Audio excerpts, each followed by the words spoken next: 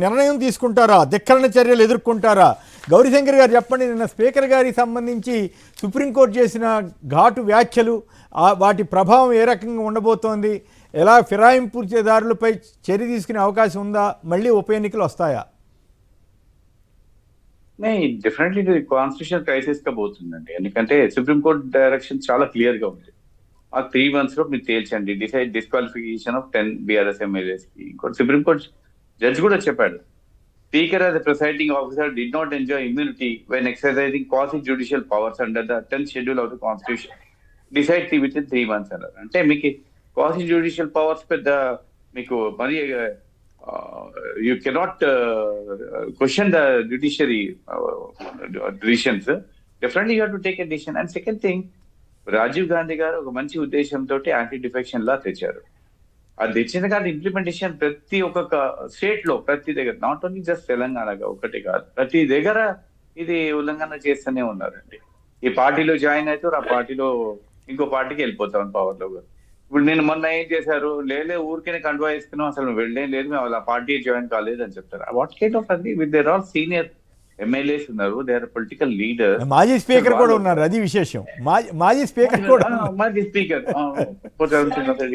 ఏమైనా కాదు కానీ it looks very bad the eyes of the law. మీరే ఇంత పెద్ద మనుషులు అందరూ ఇలా చేస్తే what does the younger generation? Okay that part okay. Final గా చెప్పండి, స్పీకర్ గారి డెసిషన్ తీసుకుంటారా? కనీసం దానం నాగేందర్, కడియం శ్రీహరుల మీద వేటు వేసే అవకాశం ఉంది. వాళ్ళు ఎట్లాగో వివరణ కూడా ఇవ్వలేదు కాబట్టి తీసుకోవాలి సార్, తీసుకోవాలని మీ అభిప్రాయం. కానీ మీ అంచనా ఎందుకనంటే మీ అంచనా ఏమిటి? ఇప్పుడు సుప్రీంకోర్టు డైరెక్షన్ లో ప్రకారం చేశారు. ఐ థింక్ ఇప్పుడు ఏంటంటే మేమే సుప్రీము, లెజిస్లేచర్ సుప్రీం అని ఐ థింక్ వాళ్ళు డెఫినెట్లీ లీగల్ ఒపీనియన్ తీసుకుంటుండొచ్చు. కానీ జ్యుడిషియరీలో ఉన్నప్పుడు సంబడి అప్రోచ్ ద కోర్ట్. అంటే దాని తోడు మొన్న వెస్ట్ బెంగాల్లో డైరెక్ట్ గా హైకోర్టు బీజేపీలోంచి మారిన ముకుల్ రాయ్ని ఏమంటాము అనర్హత వేటు వేసింది. సో బీజేపీ వాళ్ళకి ఒక రూలు, కాంగ్రెస్ వాళ్ళకి ఒక రూలు, ఇట్లా ఉండవు కదా. అంతే కదా, ఎవరైనా కానీ డిస్క్వాలిఫికేషన్ ఇదే డిస్క్వాలిఫై, ఒక పర్సన్ ఒక పార్టీ నుంచి పోయినా కూడా క్లియర్లీ డిస్క్వాలిఫై చేసేయాలి. దాంట్లో రికార్డ్ ఉంటుంది, ఆ party legislature party meeting attend చేశాడా లేదా, పొలిటికల్ పార్టీ వాళ్ళ మీటింగ్ అటెండ్ చేశారా లేదా, మనకు అందరికీ తెలుసు. విశేషం ఏంటంటే అందరికీ తెలుసు, ఫిరాయించినట్టు అందరూ దాన్ని అంతే. ఇప్పుడు స్టేజ్ మీద కాండ్వా వేసుకున్నాను నేను, ఊరికే వేశారు, నాకు అది కాంగ్రెస్ కాండ్వా కాదు, ఆ నేషనల్ కాండా అని ఒకరు చెప్పారు. ఐ థింక్ ఇట్స్ రియల్లీ ఒక సీనియర్ ఎమ్మెల్యేస్ ఐఐటి ఇలా చేయడం మాత్రం మంచి పద్ధతి కాదు. అది ఎనీ రెస్పెక్టివ్ పొలిటికల్ పార్టీ, కాంగ్రెసే కాదు, ముందు కూడా మన బీఆర్ఎస్ గవర్నమెంట్ కూడా జరిగింది, తెలుగుదేశం గవర్నమెంట్ జరిగింది. కాబట్టి ఐ థింక్ ఒక ఫుల్ స్టాప్ పెట్టాలి ఇప్పుడు. రైట్, ఆ పరిస్థితి వస్తున్నారు. దేవిప్రసాద్ గారు చెప్పండి, ఏం జరగబోతోంది? నిజంగానే స్పీకర్ గారు నిర్ణయం తీసుకుంటారా లేదా? స్పీకర్ గారు తీసుకోకపోతే ఏం జరుగుతుంది? మరి ఒకవేళ తీసుకుంటే ఉప ఎన్నికలు రాబోతున్నాయా? కొమ్మినేని గారు, మేము ఈ విషయం మీద అనేక సందర్భాల్లో మా ప్లాట్ఫామ్స్ అన్ని కూడా వినియోగించుకునేటువంటి ప్రయత్నం చేసినాం. 31 జూలైకి నాడు ఇచ్చినటువంటి సుప్రీంకోర్టు తీర్పు ప్రకారం అక్టోబర్లోగా 3 నెలల సఫిషియెంట్ టైం స్పీకర్ గారికి ఇచ్చింది ఈ విషయం మీద విచారణ జరిపి చర్యలు తీసుకోమని చెప్పి. అక్టోబర్ వరకు కూడా ఈ నిర్ణయాన్ని తీసుకోలేకపోయినటువంటి పరిస్థితిని మనం చాలా స్పష్టంగా కనబడుతుంది. కాబట్టి మేము డెఫినెట్ గా కాంటెంప్ట్ ఆఫ్ కోర్టుకు పోయినటువంటి నేపథ్యంలో నిన్న గవాయి గారు ఇచ్చినటువంటి తీర్పు చాలా మనం అన్ని పత్రికల్లో కూడా చూసినాం, చాలా సీరియస్ గా ఒక వారం రోజుల్లో మీరు నిర్ణయం తీసుకోవాలని చెప్పినటువంటి సందర్భాన్ని చూసినాం. కాబట్టి ఇక్కడ ఇంతకుముందే చెప్పినట్టు, గౌరీశంకర్ చెప్పినట్టు 2 విషయాల్లో అయితే చాలా స్పష్టంగా నిర్ణయం తీసుకునేటువంటి అవకాశం స్పీకర్ గారికి ఉంది. ఒకటి దానం నాగేందర్ గారు, ఇది మొదటి చరిత్ర అనుకుంటా, దానం నాగేందర్ నాకైతే గుర్తులేదు, ఎందుకంటే ఒక బీఫామ్ మీద గెలిచినటువంటి ఒక శాసనసభ్యుడు ఎంపీకి ఇంకొక బీఫామ్ మీద పోటీ చేసినప్పటికీ కూడా ఇంకా కొనసాగడం అనేటువంటి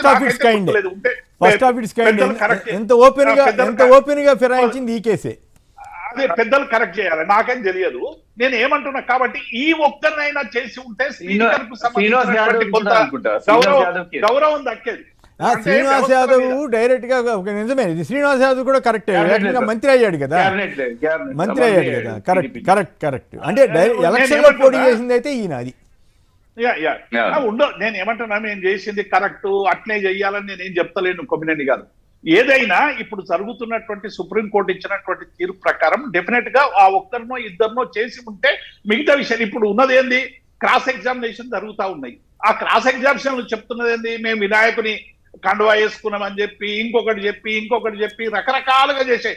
ఆ కండువా కాంగ్రెస్ దా, వినాయకుడా, లేకుంటే ఇంకోటిదా తేల్చడానికి ఇన్ని నెలలు పడుతుందా కొమ్మినేని గారు? వాళ్ళు చాలా స్పష్టంగా, నేను ఏమంటున్నా అవన్నీ పక్కకు పెడదాం. 8 మందికి సంబంధించి విచారణకి కొంత టైం పడుతుందా, ఏం పడుతుంది, వాళ్ళ వ్యవహార శైలి ఎట్లుంది, వాళ్ళ మీటింగ్లకు హాజరవుతున్నా, కాంగ్రెస్ సపోర్ట్ చేస్తున్నా, కొందరు పోలీస్ స్టేషన్ల కంప్లైంట్ ఇచ్చారు మేము ఇంకా బీఆర్ఎస్ లోనే ఉన్నామని, ఇవన్నిటికి పక్కకు పెట్టి ఇద్దరు విషయంలో అయితే చాలా స్పష్టంగా చర్యలు తీసుకునేటువంటి అవకాశం ఉంది డెఫినెట్ గా. ఎందుకంటే జూబ్లీ హిల్స్ ఎన్నికల్లో గెలిచినాం కాబట్టి ఎట్టి పరిస్థితిలో కూడా అని కొంత మార్పు కూడా కనబడతా ఉంది. దాన్ని ఆధారంగా చేసుకొని రాజీనామాలు చేసి ఎన్నికలకు పోతారా ఏందా అనేటువంటిది చూడాల్సినటువంటి అవసరం ఉంది. కానీ సుప్రీంకోర్టు ఇచ్చినటువంటి తీర్పు ప్రకారం ఈ ఇద్దరి మీద వెంటనే వేటు పడేటువంటి అవకాశం ఉందని అయితే నేను భావిస్తున్నా కొమ్మినేని గారు. రైట్. ప్రకాష్ గారు హైదరాబాద్. ఒక్క నిమిషం. ఇప్పుడు మనకు బీఆర్ఎస్ లెజిస్లేచర్ పార్టీ మీటింగ్ అవుతుంది. మీటింగ్ లో అటెండెన్స్ సైన్ చేయాలి. ఇప్పుడు ఎమ్మెల్యే సైన్ చేశారా లేదా తెలిసిపోతుంది. ఇంకోటి పార్టీ మీటింగ్ అవుతుంది, లేచేపాటి కేసీఆర్ గారు మీటింగ్ వెళ్తారు, అక్కడ కూడా బుక్ పెడతారు సంతకాలు చేశాను అంటే రానంత మాత్రాన్ని ఫిరాయించినట్టు కాదు. కానీ బట్ విషయం ఏంటంటే స్పీకర్ గారికి తెలుసు, ముఖ్యమంత్రి గారికి తెలుసు, అపోజిషన్ లీడర్ తెలుసు, కోర్టు వారికి తెలుసు, అందరికీ తెలుసు. కానీ కథ నడుపుతా ఉంటుంది అందరి మధ్య నడుస్తూ ఉంటుంది. అవును. హైదరాబాద్ ప్రకాష్ గారు నమస్కారం, మాట్లాడండి. రైట్, కట్ అయింది. ప్రకాష్ రెడ్డి గారు చెప్పండి. ఒక్క నిమిషం. జానకిరామ్ గారు మంగళగిరి నుంచి. జానకిరామ్ గారు నమస్కారం, మాట్లాడండి. నమస్తే అండి. ఫిరాయింపుల మీద ఒక్కోసారి ఈ జెట్ స్పీడ్ తో వెళ్ళిపోతుంటే కొన్ని కేసులేమో అలాగే ఉండిపోతాయి. ఎందుకండి ఏం మరి అదే అర్థం కాదు. న్యాయ వ్యవస్థ అప్పుడు వైసీపీ ఫిర్యాదు చేసి ఎన్నో సంవత్సరాలు పూర్తయిపోయింది కూడా. వైసీపీ కాదు, ఈవెన్ రేవంత్ రెడ్డి గారే కాంగ్రెస్ తరఫున తెలుగుదేశంలో ఉండేవారు ఆ రోజున.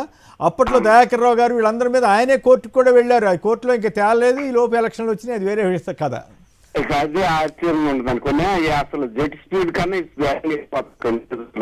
కొన్ని కేసులు అసలు ఎక్కడ ఉందంటే అక్కడే ఉంటది. సంవత్సరాలు గడిచిపోతుంటాయండి. ఓకే, ప్రకాష్ రెడ్డి గారు. మనం చాలా సార్లు డిస్కస్ చేసినాం కొమ్మినేని గారు, ఇదే డిస్కషన్ ఇట్లా మన సాక్షిలోనే చాలా సార్లు డిస్కస్ చేసినాము పార్టీ ఫిరాయింపుల గురించి. అయితే ఇప్పుడు 2 పాయింట్స్ ఏంటంటే నా అబ్జర్వేషన్ అంటే, మొన్న బెంగాల్ హైకోర్టు ఫుల్ బెంచ్ అంటే నాట్ సింగిల్ జడ్జి బెంచ్ కాదు, చీఫ్ జస్టిస్ ఇచ్చినటువంటి కామెంట్స్ అంటే, మేయర్ ఆయన ప్రెస్ కాన్ఫరెన్స్ లో కూర్చొని ముకుల్ రాయ్ అనే అతను మా పబ్లిక్ అకౌంట్స్ కమిటీ యొక్క మెంబర్ గా అంటే చైర్మన్ గా తీసుకొని ప్రెస్ కాన్ఫరెన్స్ లో కూర్చొని ప్రెస్ కాన్ఫరెన్స్ లో కాంగ్రెస్ కు మద్దతు ఇచ్చినట్టుగా ప్రకటించాడు. అది ఎవిడెన్స్ సరిపోతుందని చెప్పారు. అదే ఎవిడెన్స్ అని చెప్పి దాని మీద ఆయన కౌంటర్ స్పీకర్ ఆన్సర్ చెప్పిన ఆ క్యాండిడేట్ ఎవరైతే ముకుల్ రాయ్ అనే అతను హైకోర్టు మేము నోటీస్ ఇచ్చినా రాలేదు కాబట్టి మేము జడ్జిమెంట్ ఇస్తున్నామని చెప్పేశారు. సిమిలర్ గా ఇప్పుడు తెలంగాణలో మీరు అన్నట్టు రేవంత్ రెడ్డి గారు ఇచ్చిన చాలా మంది, మేము కూడా చాలా సార్లు ఫిరాయింపుల కేసులు వేసినా అవన్నీ ఇన్ఫెక్షన్స్ అయిపోయింది. ఎందుకంటే 5 గంటల తర్వాత దానికి వాల్యూ ఉండదు కాబట్టి.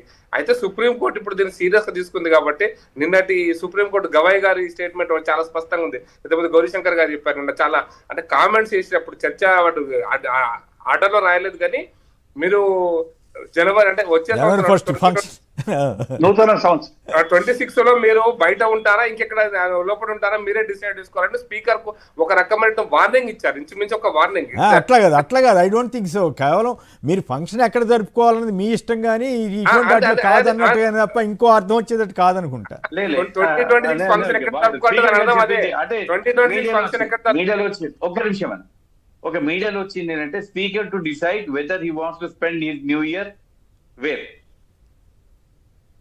అంటే either it's year or somewhere అనే దాని మీద అట్లా అదని తేలికైన వ్యవహారం కాదు కదా. అట్లా అప్పుడు మళ్ళీ రాజ్యాంగ వ్యవస్థల మధ్య ఘర్షణ అవుతుంది. ఆర్డర్ రాయలేదు, అబ్జర్వేషన్ చెప్తున్నాను. వాళ్ళ ఆర్గ్యుమెంట్ జరుగుతున్నప్పుడు అబ్జర్వేషన్, ఎందుకంటే కోర్టులో జరుగుతున్న ఆర్గ్యుమెంట్స్ ఓపెన్ సర్వీస్ ఓపెన్ లో కనబడతాయి, టీవీలో కూడా కనపడతాయి కాబట్టి, మీడియాలో కూడా వస్తాయి మీరు పెట్టుకుంటా కాబట్టి చెప్తున్నా. అంత సీరియస్ అబ్జర్వేషన్ చెప్తూ కాన్స్టిట్యూషనల్ గా వాళ్ళకి రక్షణ లేదు ఈ విషయంలో అనేటువంటి విషయం కూడా నేను ఆర్గ్యుమెంట్స్ చెప్పారు. కాన్స్టిట్యూషనల్ ప్రొటెక్షన్ లేదు మీకు, మీరు నిర్ణయం తీసుకోవాల్సిందే అనేటువంటి విషయాల్లో డైరెక్షన్ ఇచ్చారు. You have to take. అయితే మీరు 1 వీక్ లో డెసిషన్ తీసుకోండి. కేసు 9 రోజులు పోస్ట్పోన్ అయింది. ఏమవుతుంది చెప్పండి, ఏం జరిగే అవకాశం ఉందో సంక్షిప్తంగా అయితే మనం దయాకర్ గారితో కూడా మాట్లాడిద్దాం. తర్వాత రిజర్వేషన్ ఇష్యూకి వెళ్దాం. నేను అనుకుంటుంది అంటే వీళ్ళిద్దరూ స్పీకర్ దగ్గరికి కూడా రాలేదు, స్పీకర్ నోటీస్ కు రాలేదు కాబట్టి నోటీస్ స్పందించని వీళ్ళిద్దరితోని ఎత్తుగడలో భాగంగానే కాంగ్రెస్ పార్టీ రాజీనామా చేయించేసి ఇద్దరితో రాజీనామా చేయించి ముందు అయిపోతుంది. నేను ఊహిస్తున్నా 2 నిమిషం కంప్లీట్ చేస్తే వీళ్ళు 8 మంది విషయంలో కూడా మళ్ళీ సుప్రీంకోర్టులో కేసు నడుస్తుంది. నడిచిన తర్వాత మళ్ళీ స్పీకర్ కు మళ్ళీ నోటీస్ వస్తుంది. వీళ్ళు ఎటువంటి పార్టీ మారలేదని స్పీకర్ ఆన్సర్ చెప్పినా, స్పీకర్ అఫిడవిట్ ఇచ్చినా మళ్ళీ ఎవిడెన్సెస్ సరిగ్గా మళ్ళీ పర్సూ చేయడం మళ్ళీ వస్తుంది. మళ్ళీ స్పీకర్ చెప్పే లోపల 6 నెలలు గడుస్తుంది. అంత లోపల ఖైరతాబాద్ ఎలక్షన్స్, ఇంకో ఎలక్షన్స్ లో పరిణామాలను చూసి అప్పుడు కాంగ్రెస్ పార్టీ మళ్ళీ రాజీనామాల పర్వాన్ని కొనసాగిస్తుందని నేను ఊహిస్తున్నాను. ఇది ఊహిస్తున్నా నేను. 6 నెలలు కొనసాగుతుందనే నా ఊహ అండి. రైట్. ధనరాజు గారు గణపవరం నుంచి. ధనరాజు గారు నమస్కారం. సంక్షిప్తంగా. నమస్తే సార్, కేఎస్ఆర్ గారు. నమస్తే, మాట్లాడండి. మీ షో చాలా బాగుంటుందండి. ఓకే, ధన్యవాదాలు. విషయానికి రండి. సరే, ఇప్పుడు జరుగుతుంది కానీ లైవ్ షోలను ఇప్పుడు మనకు జరిగేదంటే ఏం తెలుస్తుంటారా? నాకైతే అనుమానం అండి. ఏది? ఇప్పుడు ఈ ఫిరాయింపుల సమస్య గురించి అండి. అవును, నాకైతే పూర్తిగా తెలుస్తుందని నమ్మకం లేదండి సార్. ఇంకా డౌట్ ఉంది. ఎట్లయితే చూద్దాం ఏం జరుగుద్దో. సార్ ఇప్పుడు ఎక్కడ అధికార పార్టీ ఉంటే అది ఆల్దే కదండి అవకాశం. అవును, చూద్దాం. రైట్. రామస్వామి గారు నకిరేకల్ నుంచి. రామస్వామి గారు నమస్కారం, మాట్లాడండి. సార్ నమస్తే సార్. నమస్తే, మాట్లాడండి. సార్, కేంద్రంలో బీజేపీ, కాంగ్రెస్ ఈ ప్రాంతీయ పార్టీలను లేకుండా చేసేందుకే ఈ ప్రయోగం చేస్తారు తప్ప ఎట్టి సుప్రీంకోర్టు చెప్పినా కూడా వాళ్ళు బేఖాతరు చేస్తారు సార్. వాళ్ళు ఎట్టి పరిస్థితుల్లో కూడా నిజాలు చేయరు. ఇది వాస్తవం, మీరు చూడండి. అంతేనా? Right right. ఇక దయాకర్ గారు ఏం సమాధానం చెబుతారు? దయాకర్ గారు. ఇప్పుడు సుప్రీంకోర్టు చేసిన కామెంట్స్ కానీ, రాబోతున్న ఆర్డర్స్ కానీ కొంతమంది ప్రిడిక్ట్ చేయొచ్చు, కొంతమంది ఇట్లా అవుతుండొచ్చు అనొచ్చు. కానీ మరి సుప్రీంకోర్టు కూడా వివక్ష ఎందుకు ఉంటుందో మనం ఆలోచించాల్సిన అవసరం ఉంటుంది. ఇప్పుడు కాంగ్రెస్ దగ్గర నిర్ణయం తీసుకోవాలి, బీజేపీకి అనుకూలంగా నిర్ణయం తీసుకోవాలనే నిర్ణయం ఉంటుంది. కానీ మరి కాంగ్రెస్ కంప్లైంట్ చేసినప్పుడు ఎందుకు రాజ్యాంగబద్ధంగా వ్యవహరించాలనేది ఉండదు. ఫర్ ఎగ్జాంపుల్, అసలు టెర్మినేట్ చేసే హక్కు స్పీకర్కు ఉండదు. కోమటిరెడ్డి వెంకటరెడ్డి గారు, సంపత్ కుమార్ గారి ఇష్యూలు ఏమైంది? ఇప్పటివరకు అది ఏంది విస్తృత ధర్మాసనంలో ఉంది. ఇప్పుడు ఆ కేసు అయిపోయింది, హౌస్ అయిపోయింది, కొత్త హౌస్ వచ్చింది. వాళ్ళు టెర్మినేట్ చేసిన వాళ్ళు ఇప్పుడు మా వెంకరెడ్డి గారు మంత్రిగా కూడా ఉన్నారు. సుప్రీంకోర్టు కనబడతలేదా? కాబట్టి 39 మంది మొత్తం బీఆర్ఎస్ విధ్వంసకర రాజకీయము తెలంగాణలో చేసింది ఏంటంటే 39 మంది, 5 పార్టీలు, YCP, CPI, BSP, Congress, TDP merge, మొత్తం ఏది ఎల్పి మర్జ్ ఫస్ట్. సెకండ్లో ఏమైంది? CLP merge. మళ్ళీ ఉన్న 2-3 టీడీపీ వాళ్ళని తీసుకోవడం, మిగతా వాళ్ళను తీసుకోవడం అనేది చేసింది. మరి ఇప్పుడు ఎందుకు సుప్రీంకోర్టుకి అది కనబడలేదు? ఇప్పుడు వచ్చేసి మొత్తం ఇప్పుడు దానం నాగేందర్ గారి ఇష్యూ స్పెసిఫిక్ అని అంటున్నారు కదా, మరి తలసాని శ్రీనివాసరావు గారిది స్పెసిఫిక్ కాదా? అటెండెన్స్ గవర్నర్ గారికి తెలియదా ఆయన ఏ పార్టీ ఎమ్మెల్యేనో అని? సబితాయిందర్ రెడ్డి గారు ఏ పార్టీ ఎమ్మెల్యేనో తెలియదా? ఏ పార్టీ గుర్తు మీద గెలిచిండ్రు? కాబట్టి మన వారికి వచ్చే వరకు నీతులు చెప్పే ప్రయత్నం చేస్తారు. అసలు నేను సుప్రీంకోర్టును కామెంట్ చేస్తుంది ఎందుకంటే ఈ డిస్క్రిషన్ అనేది అది పాటించవచ్చా? దానికి ఆ హక్కు ఉందా? మరి ఒక మాట అనుకుందాం, ఒక ప్రతిపక్ష నాయకుడు 20 నెలల నుంచి 2 సార్లు అసెంబ్లీకి వచ్చి కామ్గా కూర్చుంటుండు. ఇట్లనే దీన్ని ఏమనాలి? కాబట్టి ఇవన్నీ చర్చకు బాగుంటాయి. స్పీకర్ను డిక్టేట్ చేసే పరిస్థితి సుప్రీంకోర్టు ఉన్నది అని అంటే మరి అన్ని స్పీకర్లను డిక్టేట్ చేయమంటే 11 రాష్ట్రాల్లో కాంగ్రెస్ ప్రభుత్వం కూలింది ఈ 10 సంవత్సరాల్లో. కనబడట్లేదా సుప్రీంకోర్టుకు? 4 ఎమ్మెల్యేలు తీసుకొని ప్రభుత్వాన్ని కూర్చడం, మళ్ళీ 4 కొత్త ఎలక్షన్ పెట్టడం, అది ఉత్తరాఖండ్ నుంచి మొదలైంది. కాబట్టి రాజకీయం, రాజనీతి ఇవన్నీ చూస్తుంటే ఒక్కోసారి ఎవరైతే నిజాయితీ రాజకీయం చేయాలనుకుంటారో కొంత ఇబ్బందికరమైన పరిస్థితి ఉంటుంది. కాబట్టి ఇంతకుముందు మొన్న కూడా చెప్పినా కదా, మనము గొంగడిలో అన్నం వేసుకొని తినుకుంటూ ఎంటుకలు వస్తున్నాయంటే గొర్రెబొచ్చుతోనే గొంగడి చేస్తారు. కాబట్టి రాజకీయాల్లో ప్రతి పార్టీకి ఇప్పుడు ఇది మ్యాండేట్ ఇచ్చింది అనుకోండి, కాంగ్రెస్ పార్టీకి వరం కదా, ఇప్పుడు వాళ్ళే కదా అన్నది. ఇది కోసేయలేదా ప్రభుత్వం? 64 బొటాబొటి ఉన్నది, 10 మంది ఇటు గుంజితే అయిపోయా అని అనలేదా? మరి అట్లానే హక్కు ఉందా? అదే అందుకనే కదా కేసీఆర్ ఏం చేసిన అన్నది. కాబట్టి ఇప్పుడు కేరళలో ఒక్క పార్టీ ఎమ్మెల్యే తేడాతో ఉంటే ఎట్లా ప్రభుత్వాన్ని కొనసాగించి 5 సంవత్సరాలు? ఎందుకు ఆ రాష్ట్రం మోడల్గా ఉంది? ఎందుకు తెలంగాణ ఉండలేదు? ఎందుకు ఇక్కడ ఉన్న ప్రతిపక్షాలు అప్పుడైనా ఇప్పుడైనా మేమేం కాంగ్రెస్ పార్టీ అయితే ఎవరిని అప్పుడు మేమున్నది 18 ఓకే 19 ఇప్పుడు 19 మీరు చెప్పే అన్ని జనరల్ సూత్రాలు బాగానే ఉన్నాయి, నేను ఎవరం కాదను, జరుగుతున్నాయి, వాళ్ళు చేస్తున్నారు, మీరు చేస్తున్నారు, వీళ్ళు చేస్తున్నారు, కథ నడుస్తూ ఉంది. ఇప్పుడు చర్చ ఏంటి? మీరు సుప్రీంకోర్టుని విమర్శించారు తప్పు, నేనేం దాన్ని అభ్యంతరం పెట్టట్లా, unless and otherwise objectionable comments ఉంటే తప్ప. ఇక్కడ పాయింట్ ఏంటంటే మీరు సుప్రీంకోర్టుని ధిక్కరించబోతున్నారా, స్పీకర్ గారు ధిక్కరించబోతున్నారని చెప్తారా, లేక సుప్రీంకోర్టు డైరెక్షన్కి అనుగుణంగా కనీసం ఇద్దరినైనా అనర్హత వేటు వేసే అవకాశం ఉందా? దీన్నే చెప్పండి. వాళ్ళు 10 మందిని ఇవ్వనియండి సార్, సుప్రీంకోర్టును ఫాలో అయిదాము, నష్టం ఏంది? ఇది ఒక మ్యాండేట్ అవుతుంది కదా. ఇప్పుడు ఏంది తెలంగాణలో ఇచ్చిన తీర్పే ప్రతి రాష్ట్రంలో మ్యాండేట్ అయితే నాకు నా నుంచి ఇంకొకటి పోవడానికి కూడా లేడు కదా. మీరు చెప్పేది నేను స్ట్రైట్ అడుగుతున్న ప్రశ్నకి మీరు సూటిగా సమాధానం దొరకట్లా. అంటే స్పీకర్ గారు సుప్రీంకోర్టు డైరెక్షన్ని పాటించబోరు అని ఇండైరెక్ట్గా చెబుతున్నారా? నేను అదే అంటున్నా, దాన్ని నర్మగర్భంగా ఏం చెప్పట్లే. సుప్రీంకోర్టును ఫాలో కావడానికి సమస్య ఏంది? తెలంగాణ మోడల్ అయితే ఇంకో రాష్ట్రంలో ఎవరైనా కూడా తెలంగాణనే కోర్టు చేస్తారు కేస్ స్టడీకి. ఇగో ఇక్కడ ఇట్లా జరిగింది కాబట్టి ఈ పార్టీ మీద గెలిచిన వ్యక్తిని ఇంకో పార్టీ తీసుకోవడం అనేది తప్పు అని సుప్రీంకోర్టు ఇచ్చి స్పీకర్కే రూలింగ్ ఇచ్చింది. ఈ స్పీకర్ రూలింగే అక్కడ ప్రిసీడింగ్ అవుతుంది కదా ఇంకో రాష్ట్రంలో. అది తెలంగాణ మోడల్ సెట్ చేసినట్టు అట్లా కాదు, మహారాష్ట్ర సంబంధించి కూడా ఇట్లాంటి ఇష్యూ జరిగింది కదా.